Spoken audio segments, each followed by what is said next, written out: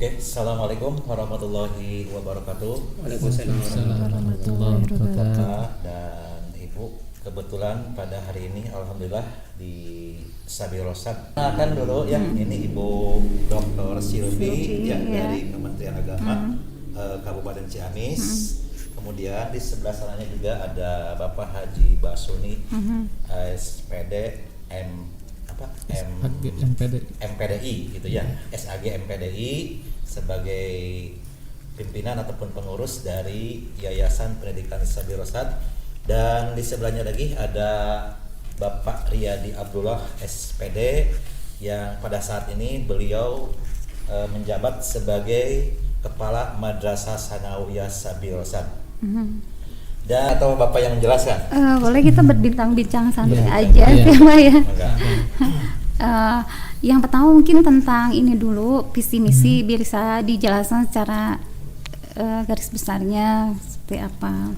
Ya, mengenai visi misi MTS Sabil Rosad, di mana visi Madrasah Sanawiyah Sabil Rosad ini yaitu menjadi madrasah yang unggul dan berprestasi dengan landasan iman, ilmu, dan amal. Jadi kami kedepannya ingin menjadikan madrasah kami ini lebih unggul, kemudian menciptakan generasi-generasi yang memiliki ilmu dan iman dan takwanya yang kuat, gitu. Sehingga bisa memperkuat istilahnya memperkuat bangsa ini untuk kedepannya, supaya generasi muda itu tidak akhlaknya itu tidak kurang berakhlak mulia lah, seperti itu mungkin tujuannya seperti itu. Kemudian misi Madrasah Sanawiyah Sabil Rosad ini selaras dengan visinya, yaitu membina insan yang beriman untuk memahami dan mengamalkan ajaran agama dalam kehidupan sehari-hari. Kemudian membina insan yang berilmu untuk mencapai penguasaan ilmu pengetahuan dan teknologi guna menghadapi perkembangan zaman. Kemudian yang berikutnya, membina insan yang berdaya, berguna, dan berpartisipasi aktif dalam usaha-usaha mencerdaskan kehidupan bangsa untuk terciptanya kemajuan dan kejayaan bangsa. Dan yang berikutnya, yang terakhir, misi dari Madrasah Sanawiyah Sabil Rosad yaitu membina insan yang beramal, berbudi, dan mampu menggali cita, rasa, dan karsa dirinya sehingga mencapai integrasi budaya bangsa berdasarkan nilai-nilai syariat Islam. Mungkin itu visi dan misi madrasah kami, Ibu. Iya. Kemudian selanjutnya implementasi dari misi itu kan ada strategi dan program, termasuk program keunggulannya. Itu bisa dijelaskan program keunggulan yang ada di sini itu seperti apa? Atau mungkin bisa siapa aja Pak Ketua Yayasan juga boleh. Baik, untuk keunggulan, setelah kita berbicara ya dengan pengurus yayasan dan melihat perubahan-perubahan daripada perkembangan pergaulan anak ya, kemudian perkembangan dunia pendidikan, kemudian perkembangan masalah disiplin, maka kami mencoba dan mencanangkan ada 4 unggulan. Unggulan yang pertama adalah bahasa. Nah, saat sekarang ini kita perlu ada daya saing dengan madrasah-madrasah lain ya. Walaupun madrasah yang berbasis ada di dalamnya ada pesantren. Nah, tapi kelihatannya kami mencoba mengambil bahasa. Kenapa? Karena dengan kita menguasai bahasa itu kita akan mudah memahami. Di sini bahasa yang dikembangkannya adalah bahasa Arab dan Inggris. Kenapa bahasa Arab dan bahasa Inggris? Karena dengan bahasa Arab kita bisa membuka dan mengkaji kitab-kitab klasik itu, di samping sebagai bahasa komunikasi antar bangsa. Yang kedua, kita menggunakan bahasa Arab karena ilmu pengetahuan dan teknologi itu bersumber dari negara-negara yang berbasis Eropa. Maka santri dan siswa itu diharuskan untuk memahami atau untuk bisa berkomunikasi bahasa Inggris. Makanya di sini kami mengembangkan 2 bahasa itu, bahasa Arab, bahasa Inggris. Ya tidak menuntut kemungkinan nanti akan mengembangkan bahasa asing yang lainnya. Kemudian yang kedua adalah tahfidz. Tahfidz karena kita lembaga pendidikan kita adalah madrasah ya, yang dari Kementerian Agama, maka minimal ya, apalagi kita terjun di masyarakat membutuhkan kader-kader untuk menjadi imam, untuk menjadi khatib.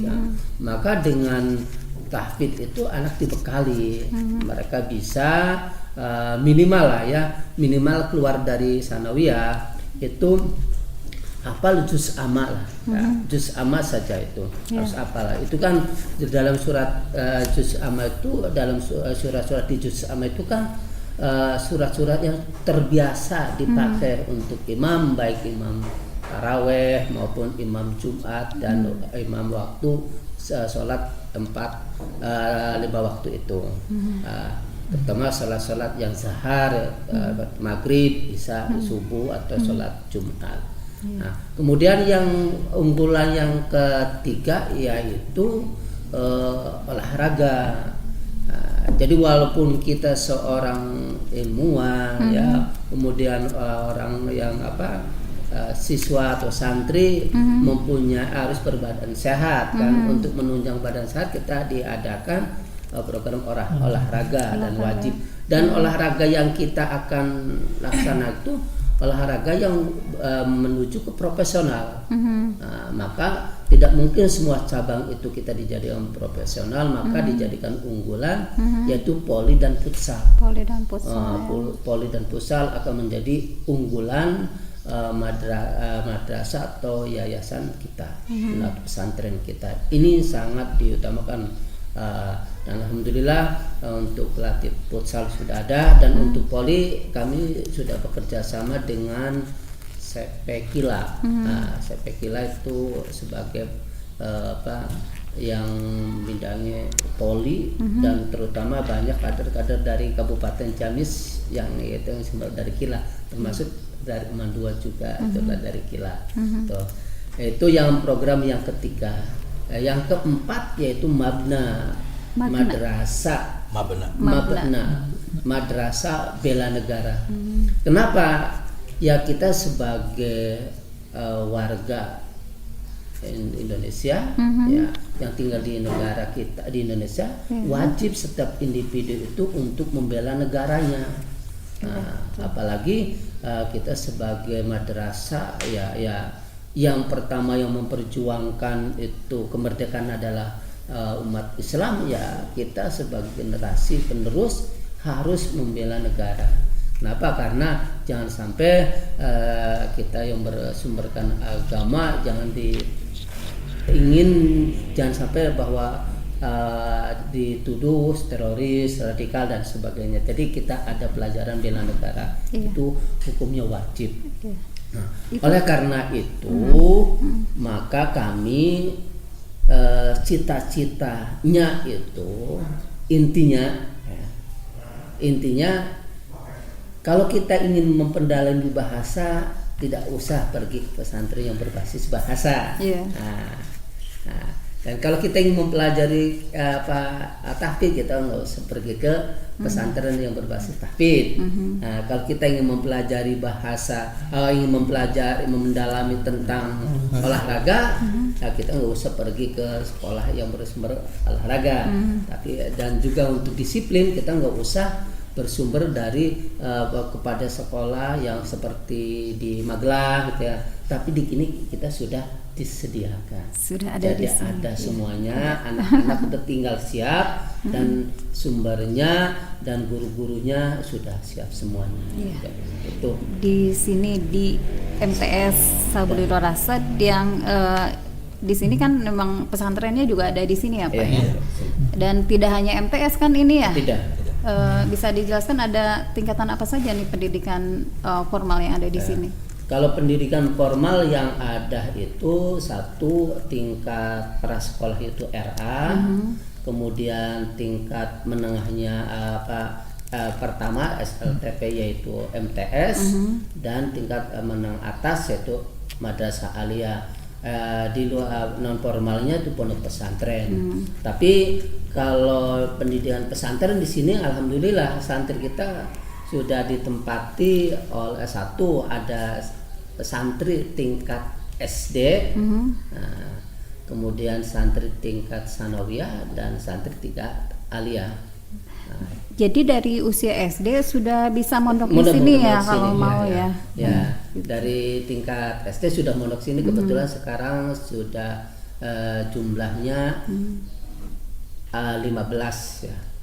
Tingkat SD itu 15, itu dari berbagai daerah, dari Ciamis, dari Kuningan, dari Cirebon, dari Bekasi.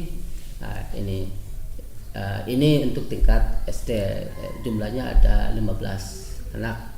Dan sekarang sudah rata-rata sudah menghafal 1 juz dan 2 juz. Kalau MI-nya jauh? Kalau MI kita untuk pendidikan formalnya ikut ke SD Daya Luhur. Iya. Bekerjasama dengan SD Daya Luhur 1. Jadi anak itu di pagi kalau sudah normal belajar di SD 1 Daya Luhur. Kalau MTS-nya satu komplek di sini ya di pesantren. Kalau untuk tingkatan aliyahnya Pak? Untuk tingkatan aliyah agak jauh dari sini, di sebelah barat, dan kebetulan sudah ada. Di sini juga termasuk aliyahnya aliyah Sabilur Rasyad. Oh iya. Oke, jadi untuk pendidikan formalnya untuk tingkatan sekolah dasar bekerjasama dengan SD yang ada di sini. Untuk MTS-nya ada di komplek di sini. Untuk aliyahnya juga ada Madrasah Aliyah Sabilur Rasyad, cuman agak mungkin berapa ratus meter Pak? 300-an lah. 300 meter. Ya, relatif 300. dekat ya. Iya. Selain itu untuk tingkat dasar juga sudah ada Raudatul Anfal dan menerima santri dari mulai tingkatan sekolah dasar gitu ya. Oke, bagus sekali Bapak. Jadi kalau mau belajar bahasa, tahfiz, olahraga, kemudian ada bela negara atau kedisiplinan, gak usah cari kemana-mana, di sini. Ada di sini di pesantren Sabilur Rasyad. Terus kembali lagi ke madrasah sanawiyahnya. Untuk prestasinya mungkin bisa dijelaskan. Iya. Untuk prestasi beberapa tahun terakhir madrasah kami mendapatkan juara ke-1 dalam lomba Jambore Pramuka yang dilaksanakan di Kecamatan Kawali. Ini tingkat Provinsi Jawa Barat. Alhamdulillah juara 1 ya yang dijuarai oleh grup Putra.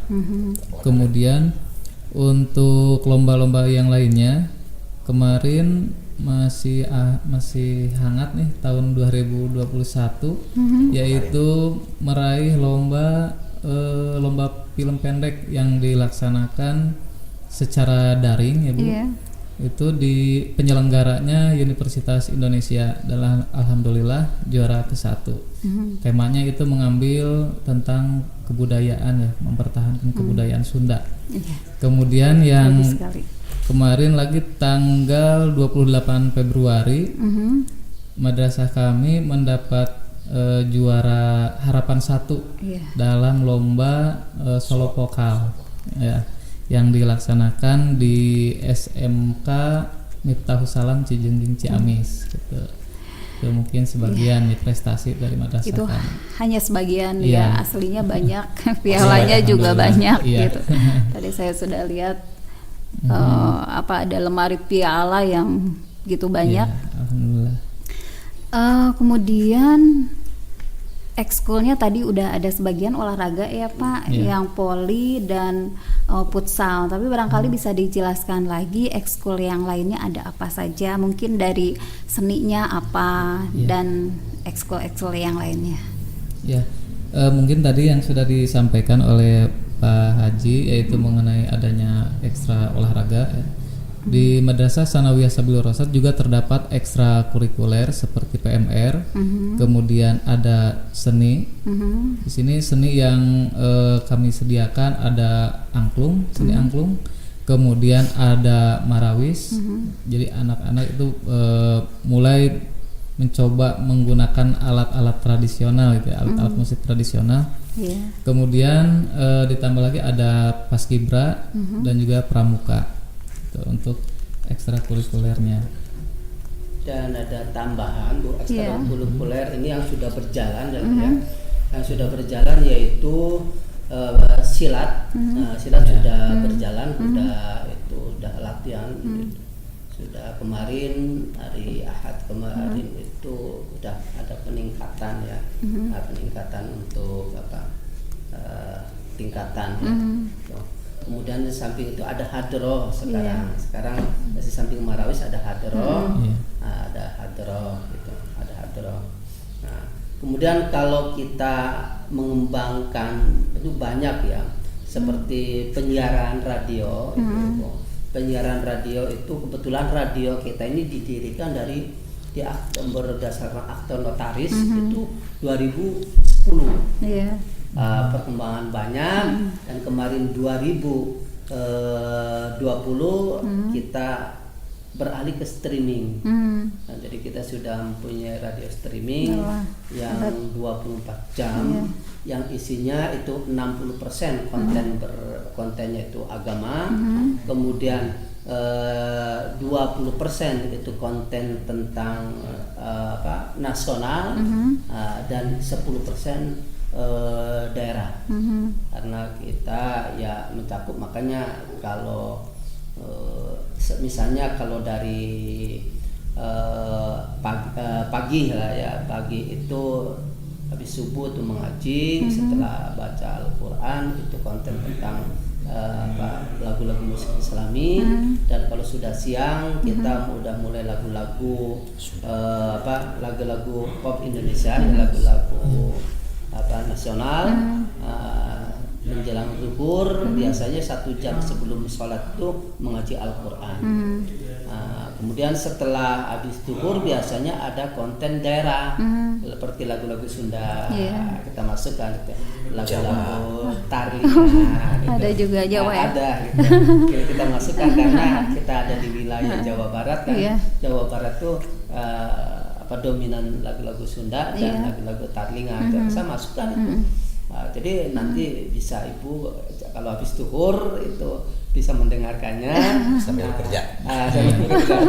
Itu bikin peta tuh nggak mau pulang gimana? Tinggal mendownload radio online, kemudian di sana ada Voice of Sabilur Rasyad. Insya Allah sudah sudah 1 tahun itu.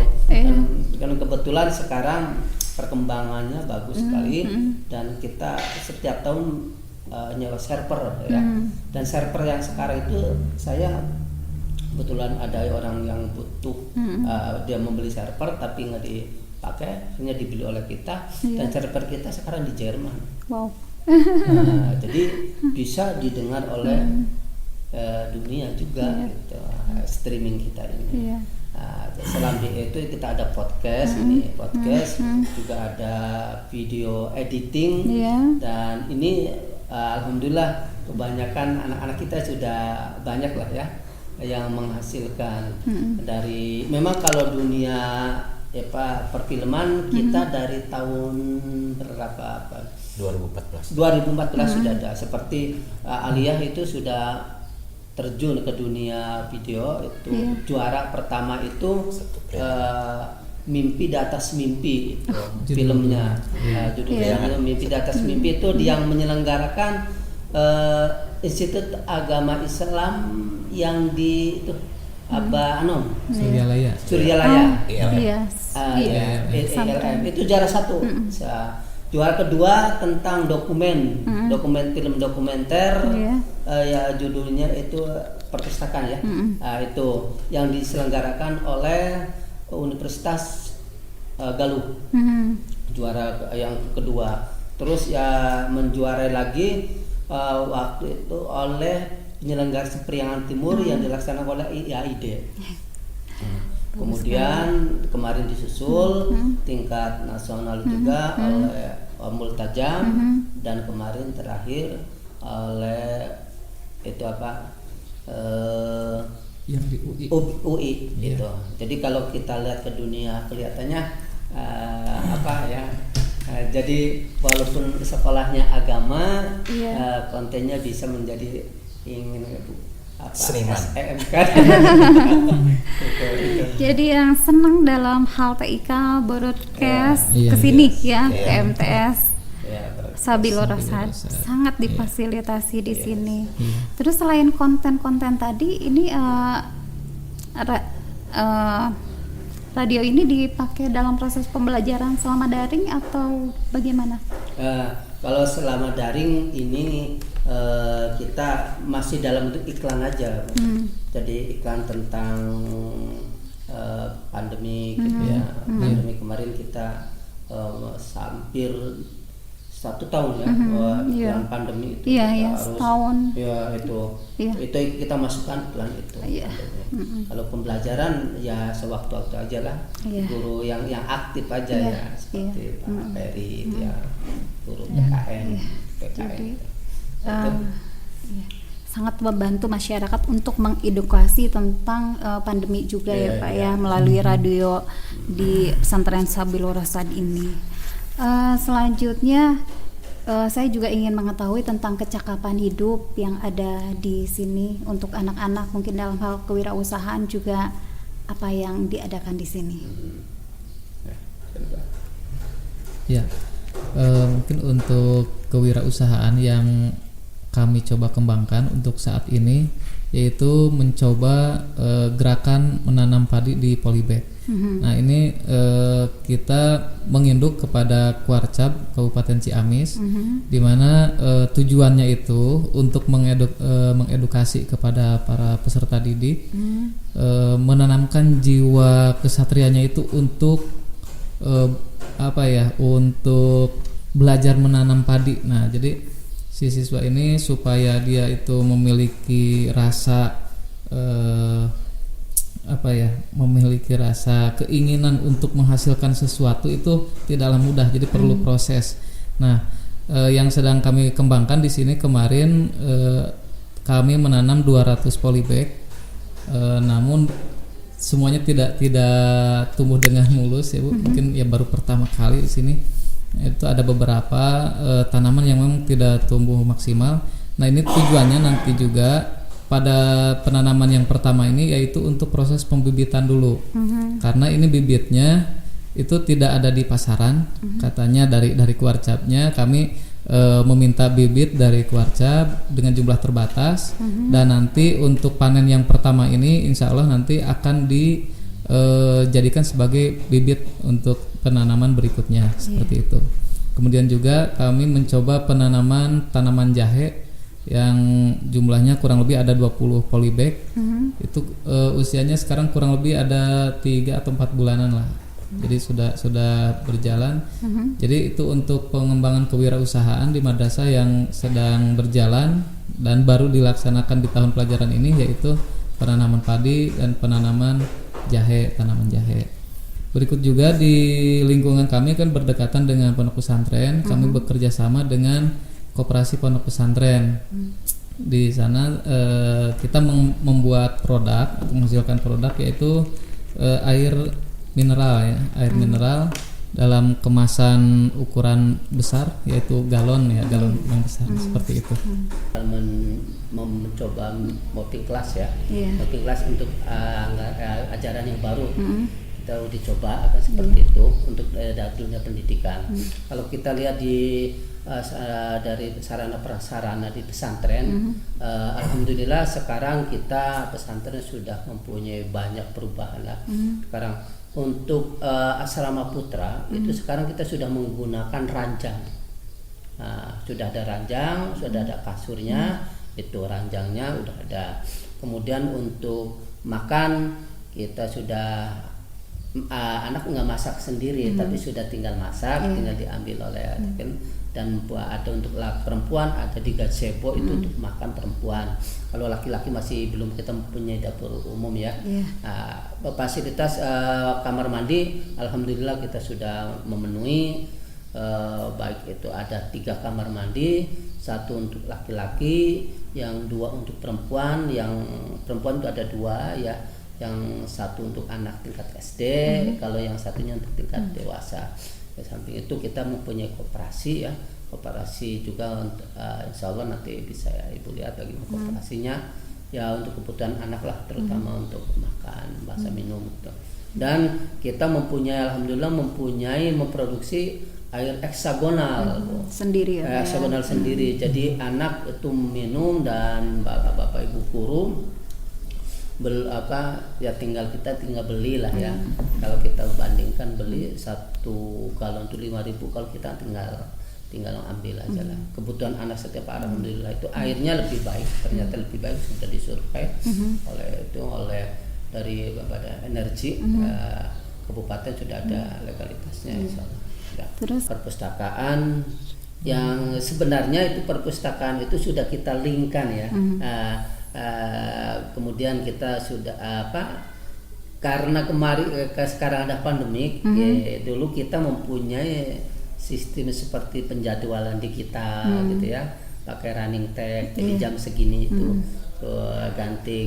Sama sekarang itu jadi kita simpen aja, dan kemudian di sekolah di kelas kita coba menggunakan CCTV, jadi kita bisa dipantau seperti ya itu. Udah ada CCTV ya Pak, jadi sangat bisa dipantau aktivitas peserta didik yang ada di sini. Ya, ini termasuk guru. Termasuk gurunya, jadi kelihatan ya kalau kalau nggak masuk kelas tuh kelihatan dikontrol bagus Pak. Gitu.